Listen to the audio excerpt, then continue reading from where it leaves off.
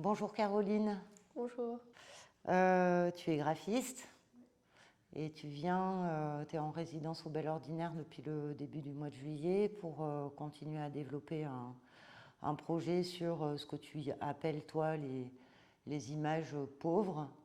Tu as un travail de fond qui est commencé depuis un moment sur la question de la valeur et des images et des textes. Est-ce que tu peux nous expliquer comment tu es venu en fait à mener cette recherche, ce travail en parallèle de ta production en design graphique? Oui, alors ça a commencé quand j'étais encore à l'école. J'ai fait un DNSEP à Strasbourg, aux Arts Déco. Et là-bas, on a une pratique graphiste qui était à la fois aussi une pratique plastique. On mélange vraiment les deux. Et en fait, pour mon diplôme, je me suis intéressée J'avais un dossier d'images qui était stocké sur mon ordinateur et que j'avais accumulé avec le temps, qui étaient comme des sortes de fragments qui correspondaient à des moments de procrastination en fait. Donc des moments où je faisais autre chose sur mon ordi et je croisais tout d'un coup des images, que ce soit des mèmes ou des blagues ou des choses qui me faisaient sourire ou rire et que j'enregistrais. Et donc pour mon diplôme, je me suis intéressée à ces images-là. Je me suis déjà demandé pourquoi je les avais gardées aussi longtemps. Et je sais pas, je pense qu'il y a quelque chose de l'ordre de la sacralisation un petit peu de l'image. Et je me suis demandé aussi pourquoi est-ce que dans le monde qui est le nôtre, qui est rempli d'images en fait, c'est-à-dire qu'avec avec Internet, avec les réseaux sociaux, faire des images n'a jamais été aussi facile et on les consomme de manière très rapide. Et donc en fait, je me suis interrogée sur le statut de ces images parce qu'elles n'étaient pas plastiquement, elles n'étaient pas très intéressantes, c'était pas des images nobles, on va dire, c'était pas des photos, il y avait souvent pas d'auteur, je savais pas d'où elles venaient. Elles étaient souvent de très basse qualité en termes de résolution. Et en fait, pour moi, ces images, c'était un petit peu le point de départ aussi pour un questionnement sur le temps perdu et donc que ce soit l'utilité qu'on va accorder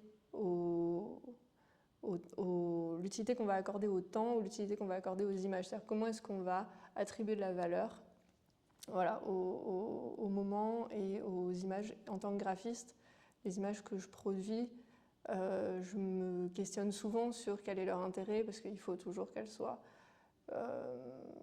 comment dire, il faut qu'elle soit toujours motivée. Voilà, le choix d'une image va toujours dépendre de le texte, le but à atteindre. Et donc dans mon diplôme, je me suis vraiment penchée sur comment est-ce que je pourrais faire sentir ce temps un petit peu mou, un petit peu nul, où il ne se passe pas grand-chose, en m'arrêtant spécifiquement sur ces images dans lesquelles il ne se passe pas grand-chose non plus, en prenant vraiment le temps de les regarder de près, d'écrire sur elles, d'en parler et de développer toutes sortes que ce soit de la fiction ou un travail d'écriture autour de ces images-là. C'est ce qui t'a amené là à faire ce calendrier de la procrastination Oui, perpétuelle? par exemple. Oui, c'est qui a été fait en fait où comme les images venaient de moments qui, moi, étaient des moments que je jugeais inutiles, c'était des moments où je ne travaillais pas, j'ai voulu les sublimer et en faire un objet aussi inutile qui est voilà, une sorte de ressource pour prendre le temps parfois d'aller acheter du pain ou de faire autre chose. Et ça a pris la forme d'un petit calendrier aussi parce que c'est comme une sorte de goodie, voilà, c'est quelque chose qu'on peut poser dans un coin, qui n'a pas forcément d'utilité mais qui est là quand même. Et ce qui m'a amené du coup à cet autre dossier d'images sur lequel je travaille là en ce moment, qui est lui des images des prises de notes en fait. Donc ça peut être des horaires de train, une photo d'un plan, quelque chose qui à la base avait une utilité très concrète et que j'ai gardé, encore une fois, pour plus tard, peut-être je sais pas, en me disant que j'allais en faire quelque chose. Et qui là, aujourd'hui, c'est des images qui datent d'il y a 4 ans. Et là, aujourd'hui, elles ne servent plus à rien puisque j'ai plus besoin de savoir comment est-ce qu'on va de tel endroit de Munich à tel autre. Enfin, maintenant, Oui, je connais la ville, donc ça voilà, va. et puis d'autant que tes horaires ont certainement changé. Oui, tout à fait. Oui, oui. Et du coup, donc là, j'ai réouvert, quand je suis arrivée ici, j'ai réouvert ce dossier. Je suis venue vraiment sans savoir du tout quelle forme ça allait prendre. Et j'ai réouvert le dossier et je me suis rendu compte que j'avais pas forcément besoin de les montrer. Donc là, je suis en train de faire plutôt de la vidéo et des visualisations avec un logiciel 3D, ce genre de choses.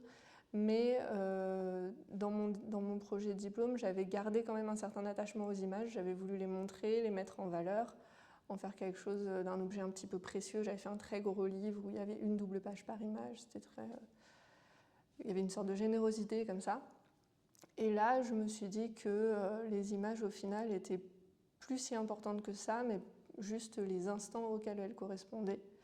Et donc, je m'en sers comme matériau premier pour ensuite faire de la vidéo, mais elles ne réapparaîtront pas. Faudra les détruire tout simplement, je sais pas. Oui, ou peut-être les sauver et les garder juste pour toi, en fait, comme matière première, ayant perdu son utilité première, mais qui devient un matériau brut, en fait, Oui, que tu transformes. La vidéo, tu travailles, c'est pas la première fois que tu travailles avec la vidéo? Non, j'en avais fait aussi à l'école, et là, j'avais jamais fait de 3D. Et donc là, c'était aussi le prétexte pour... en fait, cette résidence, pour moi, c'est vraiment du temps que je prends en dehors de ma vie de tous les jours pour prendre le temps de réfléchir, prendre le temps de tester des choses que je ne maîtrise pas du tout et expérimenter. Et c'est un luxe immense de pouvoir faire ça, d'avoir pu bloquer comme ça 10 jours pour tester des choses. Et donc là où en général je vais avoir tendance à vouloir connaître la fin du projet avant de l'avoir démarré, cette fois j'essaye vraiment de me laisser porter par les choses et de réfléchir plus visuellement à partir donc de ce matériau aussi visuel pour réussir à tester et à produire des trucs intéressants, mais sans partir trop loin dans les concepts non plus, quoi. Tu penses que le fait d'être détaché de toute commande te permet ça, te donne cette liberté? Oui, oui, je pense. Oui, oui, et aussi le fait que qu'il n'y ait pas non plus voilà, on n'a pas de grosse exposition à la fin, c'est plutôt détendu. Et là, oui, c'est vraiment du temps qui est physiquement alloué dans mon calendrier à ça. Donc ça me permet je suis arrivée vendredi, samedi, dimanche, j'étais ici, mais j'ai fait que regarder les murs et écrire des post-it et réfléchir à comment est-ce que j'allais organiser les choses, qu'est-ce que j'allais faire de ces images. Et j'ai pensé à la vidéo et j'ai commencé à faire un storyboard et à dessiner des choses, plus à partir de lundi, quoi. Donc c'est encore très récent, c'est encore en cours. Et je ne sais pas ce que j'aurai à la fin non plus, mais c'est ça qui est intéressant, c'est de voir de laisser les choses arriver aussi. Oui, d'avoir ce temps en fait libéré, quoi. Et ce qui rejoint quelque part le questionnement que j'ai toujours sur cette histoire de qu'est-ce qui est du temps utile, inutile, parce que forcément ça questionne des notions de productivité, parce qu'on vit quand même dans un monde où il faut produire, il faut oui, être utile, même en soi. Enfin, quand on est artiste, il y a toujours cette question-là de voilà, qu'est-ce que je fais, qu'est-ce que je produis, et comment est-ce que j'assume parfois de faire des choses inutiles, et il y en a besoin aussi. Donc je trouve ça assez intéressant, même en tant qu'expérience, en fait, d'être ici aussi. Ça me semble être un joli mot de la fin, le droit à l'inutilité. Oui, je milite pour ça, doucement. Merci. Merci.